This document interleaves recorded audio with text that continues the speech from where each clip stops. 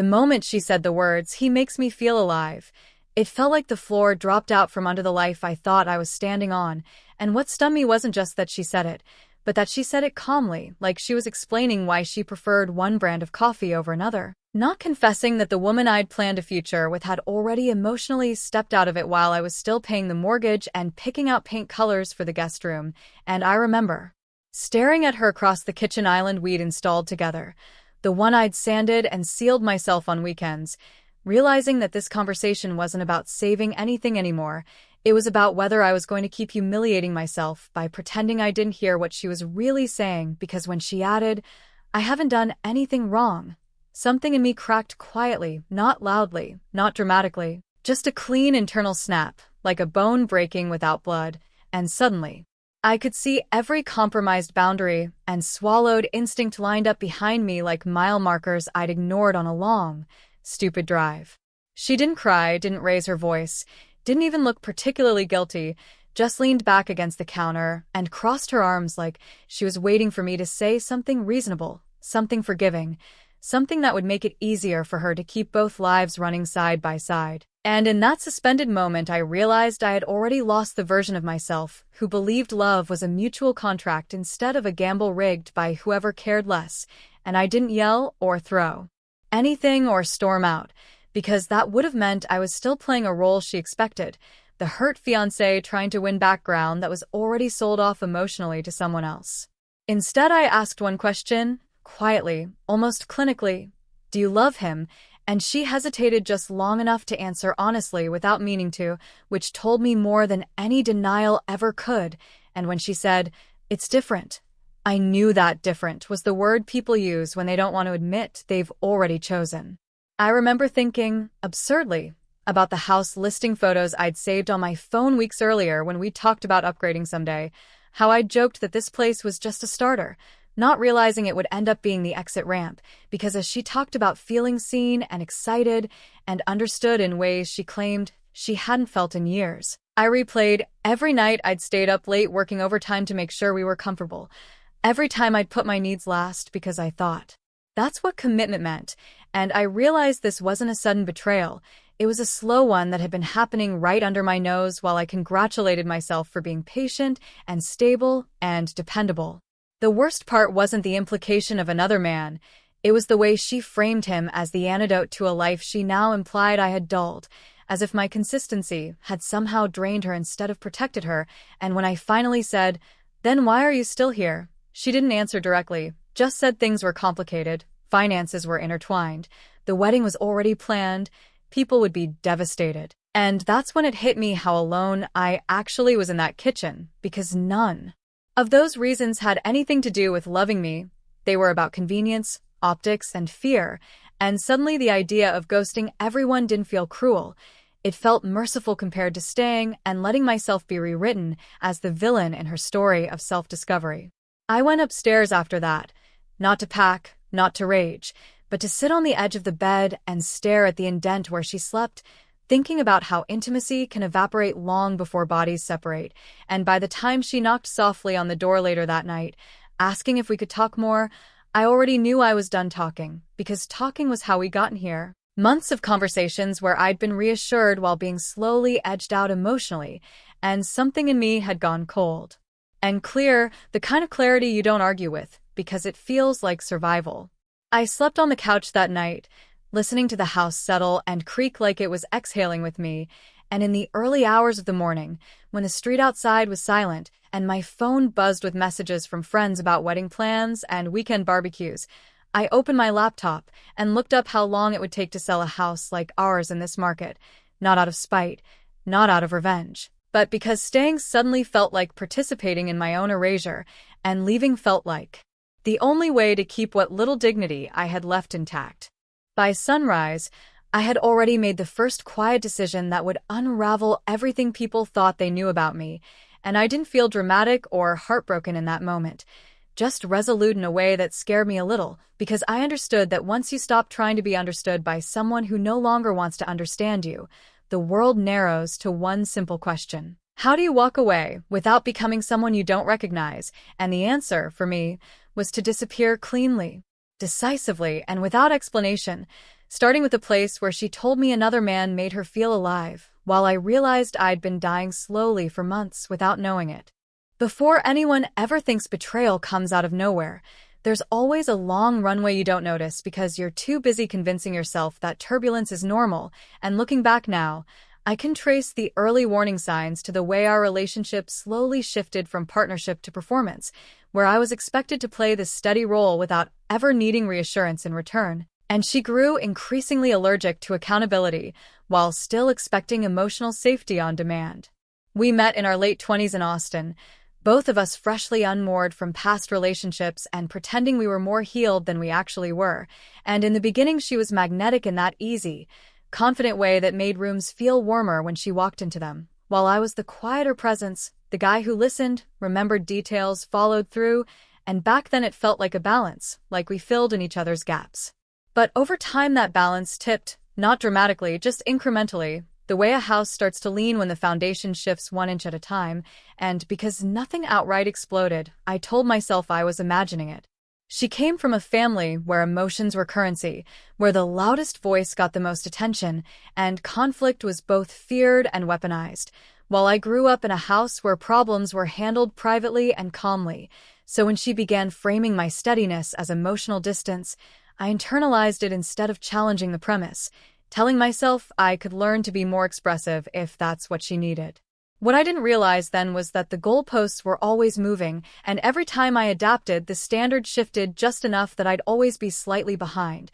apologizing for not anticipating needs she never articulated until after she was already resentful. She had a way of rewriting past conversations in real time, of insisting she'd been clear when she hadn't, and because I hate conflict and trusted her narrative, I let my memory be edited until I was constantly second-guessing myself,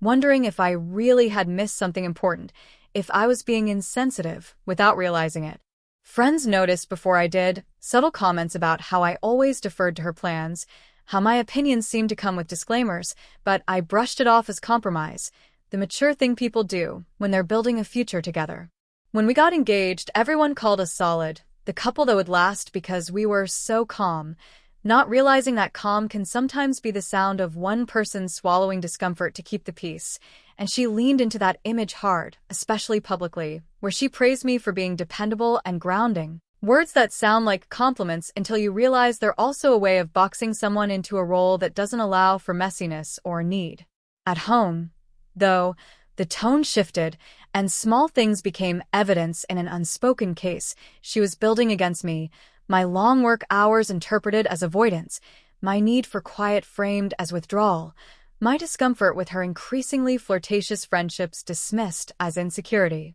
There was one particular argument that stands out now, about 6 months before everything collapsed, when I told her I felt like I was competing with her phone for her attention, that she seemed more engaged with people outside our relationship than inside it, and instead of hearing the vulnerability in that, she flipped it, accusing me of trying to isolate her, of being controlling. And I remember backing down almost immediately, apologizing for making her feel trapped, even though that hadn't been my intention at all. That was a pattern, one where my feelings became problems to be managed rather than signals to be respected, and each time it happened, a small part of me learned to stay quiet, to be low maintenance, to prove I was not like other guys who demanded too much, and in doing so I unknowingly trained her to expect emotional labor without reciprocity. Her family reinforced this dynamic without realizing it, praising her independence and self-discovery while subtly implying I was lucky to have her, joking about how she'd tamed me, comments everyone laughed at that left me feeling oddly diminished. But again, I told myself I was being oversensitive. There were moments of warmth, of genuine connection, enough to keep me invested, enough to make me believe that whatever distance I felt was temporary, a phase, stress from work or wedding planning, and I clung to those moments like proof that the foundation was still sound,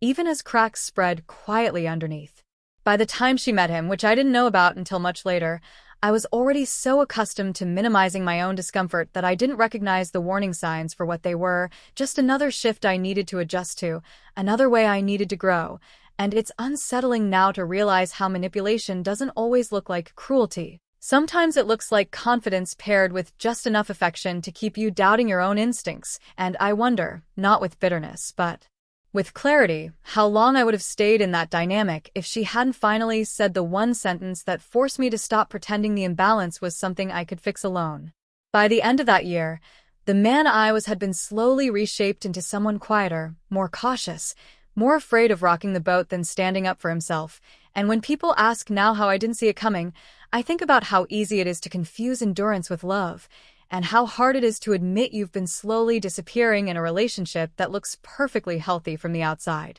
The deeper I go into the memories now, the clearer it becomes that the relationship didn't just erode on its own. It was actively shaped by a pattern where her needs were always urgent and mine were always negotiable, and that dynamic seeped into every corner of our life together until it felt normal to me in a way that scares me in hindsight. There was a rhythm to it, almost predictable, where she would pull away emotionally or become distant and irritable, and I would respond by trying harder, planning things, checking in more, offering reassurance I hadn't been asked for, and when that didn't immediately restore the closeness I craved, I blamed myself for not doing enough. She had a way of framing her dissatisfaction as a kind of personal growth, as if any discomfort she felt was evidence that she was evolving, and anyone who questioned that was holding her back. And because I loved her and wanted to be supportive, I swallowed my unease and told myself that relationships require flexibility, that I shouldn't stand in the way of her becoming her best self. What I didn't see at the time was how one-sided that flexibility was, how my own growth was quietly stalled because I was too busy accommodating hers,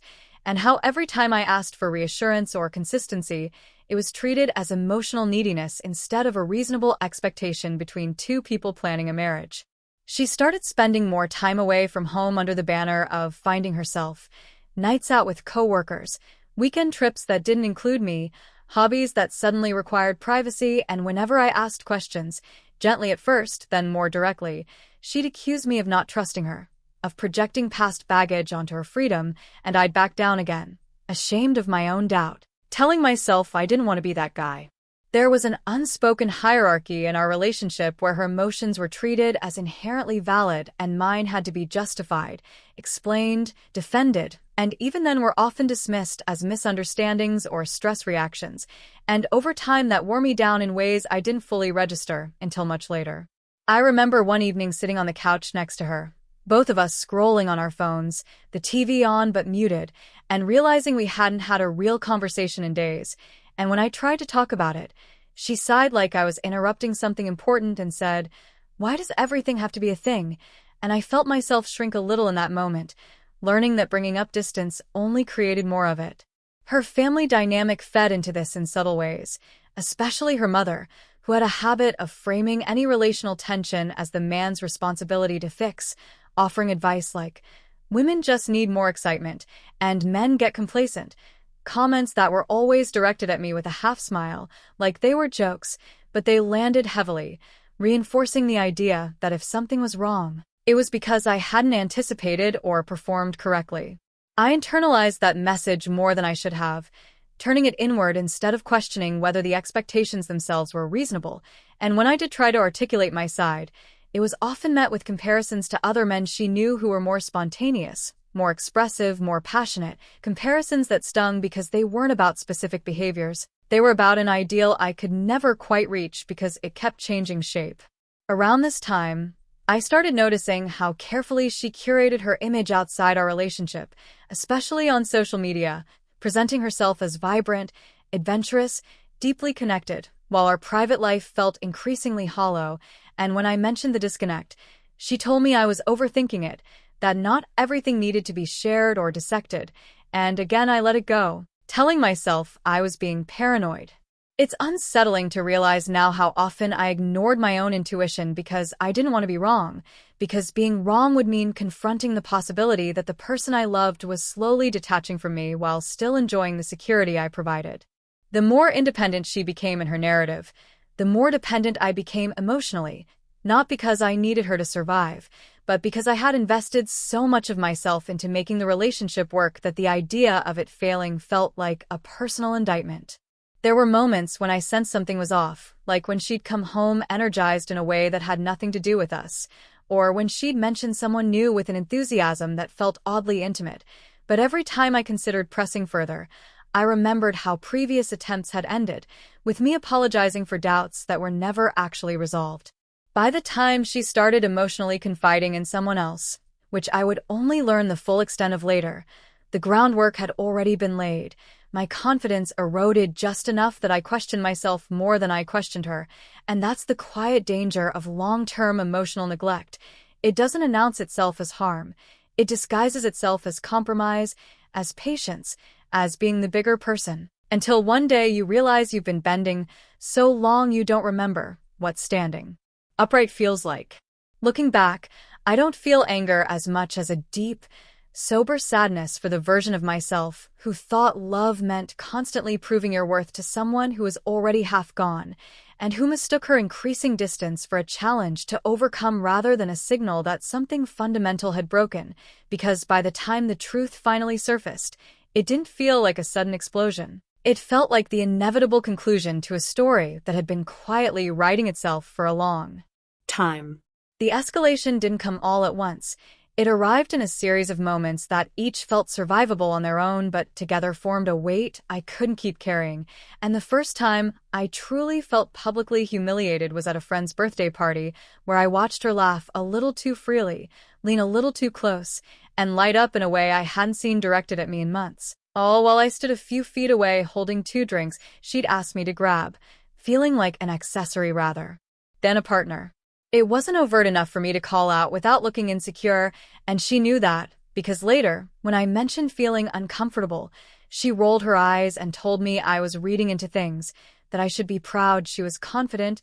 and desirable, and the way she said it made me feel foolish for even bringing it up, like I'd violated some unspoken rule by acknowledging the shift I could feel in my gut. Around that time, our wedding planning became another arena where I felt increasingly sidelined, decisions being made without me, deposits placed before we'd agreed, and when I expressed concern about costs or timelines, she accused me of being unsupportive, of dampening what was supposed to be a joyful process, and because so much money and expectation were already tied up in it, I found myself conceding again, telling myself that stress made people act out and things would settle down afterward. But instead of settling, the imbalance deepened, and I started noticing how she spoke about me to others, small comments framed as jokes about how I was boring or too practical, always delivered with a smile so no one would take them seriously, but I felt them land like tiny cuts, each one easy to dismiss, but collectively painful. There was one dinner with her coworkers where she told a story about a spontaneous trip she'd taken, emphasizing how she'd just needed to feel something again, and several people laughed and nodded, while I sat there realizing I hadn't even known about the trip until the day before she left, and the narrative she was building painted me as the safe backdrop to her adventure rather than an active participant in her life. The more she leaned into that image, the more isolated I felt, because calling it out meant challenging not just her, but the version of our relationship she was presenting to the world, and I didn't yet have the language or courage to do that without feeling like I was overreacting. Financially, things began to strain as well, though at the time I didn't frame it as damage, just temporary imbalance, me covering more expenses because her priorities shifted toward experiences, travel, and nights out, and when I raised concerns, she reminded me that we were a team, that it all evened out in the long run, and I wanted to believe that, so I kept saying yes, kept absorbing the cost, telling myself that supporting her happiness was an investment in our future. What hurt more than the money, though, was the way she seemed to reserve her vulnerability for everyone but me, sharing emotional struggles with friends, coworkers, and eventually him, while giving me edited versions of her feelings that never quite invited closeness. And when I asked why she didn't open up to me anymore, she said she didn't want to burden me, a justification that sounded caring but felt like a wall. The most damaging moments were the ones where she rewrote reality after the fact, insisting conversations had gone differently than I remembered, minimizing promises she hadn't kept, and when I pushed back gently, she accused me of keeping score, of being transactional, and I began to feel like I was constantly on trial for crimes I didn't understand. There was a particular argument late one night where I finally said I felt taken for granted, that I felt like I was always the one adjusting, and instead of engaging with that, she turned it into an indictment of my character, telling me I was insecure, that I needed to work on myself, that my discomfort was something I should address in therapy, and while therapy can be healthy, The way she framed it felt less like concern and more like deflection, like my pain was inconvenient rather than valid. After that night, something shifted in me, not resolve yet, but exhaustion, a deep, bone-level fatigue from constantly having to justify my presence in my own relationship, and I started to emotionally withdraw without fully realizing it, conserving energy because every attempt to connect felt like it required a negotiation. I was tired of losing. The humiliation peaked when I found out, through a mutual friend, that she had confided deeply personal details about our relationship to others without my knowledge, framing herself as unfulfilled and constrained, while omitting the ways she'd shut me out or dismissed my efforts. And hearing that secondhand felt like a betrayal layered on top of betrayal, because it meant she was seeking validation for a narrative that cast me as the problem while I was still trying to fix things privately. By then, the house no longer felt like a shared space. It felt like a stage set where I played my role quietly while she rehearsed a different future, and every night I lay awake listening to her scroll on her phone, laughing softly at messages that weren't meant for me. I felt the slow burn of realization that whatever trust we'd built was being spent elsewhere. I didn't confront her immediately because I was still clinging to the idea that this was a rough patch, that airing everything out would make it worse. But the truth was I was afraid of what I'd hear if I pushed too hard. Afraid that the version of us I was fighting for only existed in my head, and that fear kept me stuck far longer than pride ever did, until the weight of unspoken resentment and public diminishment finally pushed me to the edge of something I could no longer ignore.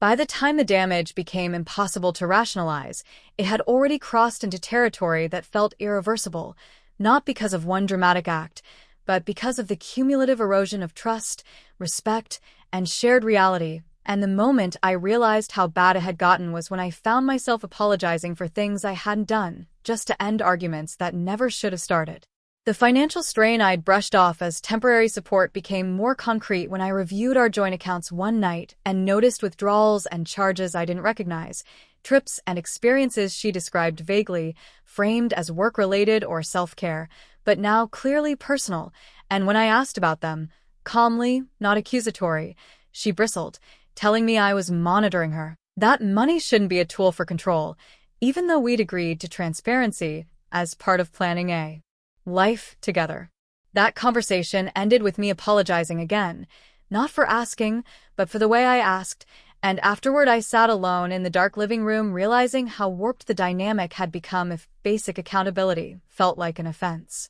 The humiliation reached a new level when she invited him, without telling me who he was, to a group gathering at a brewery where several of our friends were present, introducing him casually as someone from work, while I watched the familiarity between them unfold in small, unmistakable ways, inside jokes, shared glances, and ease that didn't come from professional acquaintance. And as the evening went on, I became acutely aware of how invisible I felt in my own social circle, like the punchline to a joke I hadn't been told. When I confronted her later, hurt and confused, she accused me of being paranoid, of projecting jealousy, and then, almost as an afterthought, she said he was just someone she could talk to, someone who understood her, and the way she said it made me feel like I'd failed some fundamental test without ever being told the rules. Around that time, she began framing my reactions as emotional instability, telling me I needed to regulate myself better,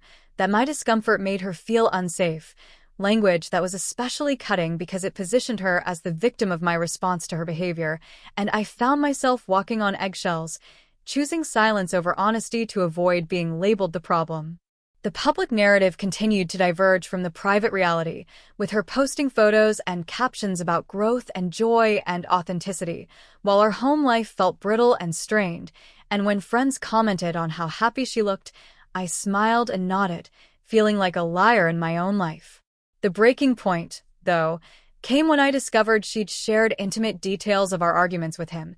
details I'd only ever voiced in vulnerability, not realizing they'd become fodder for emotional bonding elsewhere, and the violation of that hit harder than anything physical could have, because it meant the space that was supposed to be ours had been quietly invaded and repurposed. When I brought that up, finally raising my voice in a way I rarely did, she told me I was overreacting, that I didn't own her experiences, that she was allowed to seek support where she found it, and the absence of remorse in that moment felt like a door slamming shut inside me. It was after that argument that she said the words that still echo in my head, not as an apology or a confession, but as a justification, telling me she felt more alive when she talked to him, more like herself, and the way she framed it suggested that my presence had somehow dimmed her, that her unhappiness was a natural consequence of staying with me. And that reframing hurt more than the betrayal itself, because it rewrote our entire history as something that had held her back. The wedding deposits were non-refundable by then,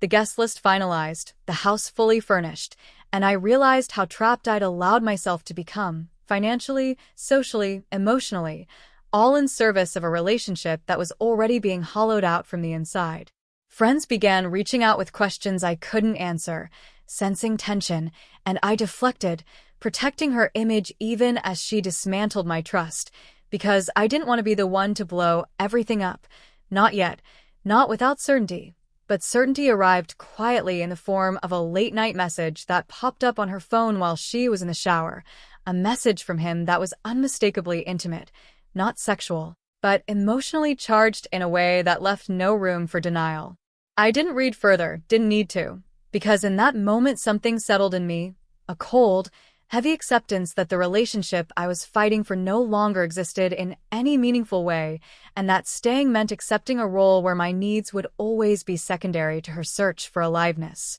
I slept on the couch again that night, staring at the ceiling, replaying years of compromise and quiet resentment, and for the first time, I allowed myself to consider the possibility that leaving, even in a way that would shock everyone, might be the only way to stop the damage from spreading further into parts of me I didn't want to lose. The confrontation didn't happen the way people imagine confrontations happen, with shouting or dramatic ultimatums. It happened quietly on a gray Sunday afternoon when the weight of everything unsaid finally made silence impossible, and I asked her to sit down with me at the kitchen table, the same one where she told me another man made her feel alive, and I remember noticing how tired she looked, not guilty, just worn down, like someone who had been juggling too many versions of herself for too long. I told her I knew, not just about him, but about the extent of it, the emotional intimacy, the sharing of details that were never meant to leave our relationship, the way she had slowly replaced me as her primary emotional partner while still benefiting from the life we'd built together, and for the first time she didn't deny it. Instead, she sighed, rubbed her temples, and said she hadn't meant for it to happen that way, that she hadn't planned on falling into something that felt so validating, and that sentence alone told me everything I needed to know, because love doesn't happen that way when boundaries are respected. She tried to explain herself, talking about feeling unseen, about needing more passion, more intensity, and as she spoke, I realized she wasn't actually talking to me. She was narrating her justification, trying to make her choices sound inevitable rather than chosen. I asked her directly if she was willing to cut him off completely and commit to repairing what she'd broken, not as a threat, but as a line in the sand, and she hesitated again, that same hesitation that had answered my question months earlier, and then she said she didn't know if she could, because he made her feel like herself in a way she wasn't sure she could give up. Hearing that out loud, stripped of euphemism, was devastating and clarifying all at once, because it meant I was no longer competing with a person, I was competing with an idea, a fantasy version of herself that she believed only existed outside our relationship. I told her then that I couldn't stay in a partnership where I was optional, where my loyalty was expected but hers was conditional on how alive she felt, and instead of fighting me on it, she nodded, tears finally spilling over, not because she was losing me, but because she was losing the version of her life that had felt secure without requiring full accountability. That realization hurt more than anger ever could, because it confirmed what I'd suspected deep down, that I had become a safety net rather than a choice. We talked logistics after that, painfully practical details about finances, the house, the wedding, conversations that felt surreal given the emotional wreckage underneath them, and she assumed, I think, that we would take time, that things would be gradual, that there would be space for her to process while still leaning on the stability I provided,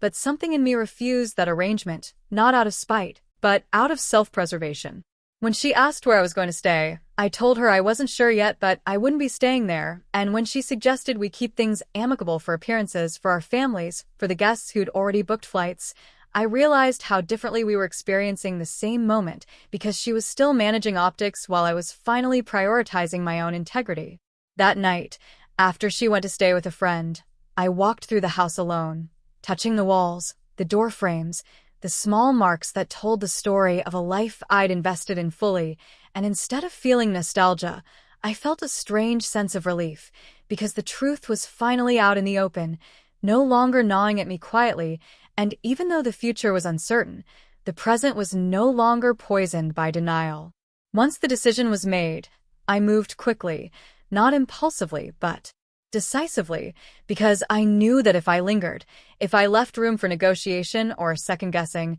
I'd risk slipping back into old patterns of self-sacrifice that had nearly hollowed me out. I contacted a real estate agent the following week and listed the house, despite her initial shock and protest, explaining calmly that I couldn't continue to co-own a space tied to so much emotional damage, and while she accused me of being drastic, of punishing her, I reminded her that protecting myself wasn't an act of aggression. I handled the legal and financial disentanglement methodically, separating accounts, documenting expenses, canceling wedding contracts, and having those conversations was brutal, not because they were contentious, but because each one was a confirmation that the future we'd planned was officially dismantled, piece by piece. Friends and family reacted in waves, confusion first, then concern, then, in some cases, anger, especially when I chose not to explain myself in detail, not because I didn't have the truth on my side, but because I didn't owe anyone my pain as proof. I sent a brief message to our closest circle explaining that the relationship had ended due to irreconcilable issues and that I needed space, and then I stepped back completely, silencing group chats, ignoring follow-up questions, and letting people sit with their discomfort without rushing to soothe it. She tried to reach out several times during that period, oscillating between remorse and defensiveness, and each time I responded politely but firmly, keeping communication limited to logistics because I'd learned the hard way how easily emotional access could be mistaken for availability. When the house sold, I felt a mix of grief and liberation, watching strangers walk through rooms that had once held my entire life. But the moment the papers were signed and the funds transferred, I felt a weight lift that I hadn't realized I'd been carrying for years. I moved to a different city, not to run, but to reset, choosing anonymity over familiarity, building a new routine from scratch that didn't revolve around managing someone else's emotional weather. The distance gave me perspective, and in that space, I began to see how deeply I'd been conditioned to equate endurance with virtue, to believe that staying quiet was a form of strength, and how wrong that had been. Therapy helped, not to fix me, but to remind me that my needs were not excessive, that wanting mutual effort and respect was not a flaw, and that walking away from a dynamic that diminishes you is sometimes the most self-respecting choice you can make. Cutting people off wasn't about revenge. It was about clarity, about reclaiming my narrative from a version of events that minimized my experience, and over time, the noise faded, replaced by a quieter, steadier sense of self that didn't need constant validation to feel real. Now, with enough distance to look back without flinching, I don't feel hatred or bitterness, just a sober understanding of how easily love can turn into self-abandonment if you're not paying attention, and how important it is to listen when your body and instincts start whispering truths your heart isn't ready to hear yet. I've rebuilt my life slowly, intentionally, surrounding myself with people who don't require me to shrink to be accepted, who meet effort with effort and honesty with honesty, and in that environment, I've rediscovered parts of myself I thought were gone. My voice, my confidence, my ability to feel excited without anxiety tagging along behind it. Sometimes I think about her, not with longing, but with a kind of distant empathy, wondering if the aliveness she was chasing ever materialized into something sustainable, and then I let the thought pass, because my healing no longer depends on her outcomes. The house is gone, the wedding never happened, the version of my life that once felt so certain dissolved, and yet what replaced it feels more solid than anything I had before, because it's built on self-respect rather than fear of loss. Ghosting everyone wasn't an act of cruelty, it was an act of survival, a way to step out of a story that was being rewritten without my consent, and in the quiet that followed, I found peace I didn't know was possible. If there's justice in this story, it isn't that someone lost something, it's that I finally chose myself without apology, without explanation, and without waiting for permission. And in doing so, I learned that feeling alive doesn't come from someone else choosing you. It comes from choosing yourself when it's hardest, and trusting that the life you build afterward will be truer than the one you were afraid to leave behind.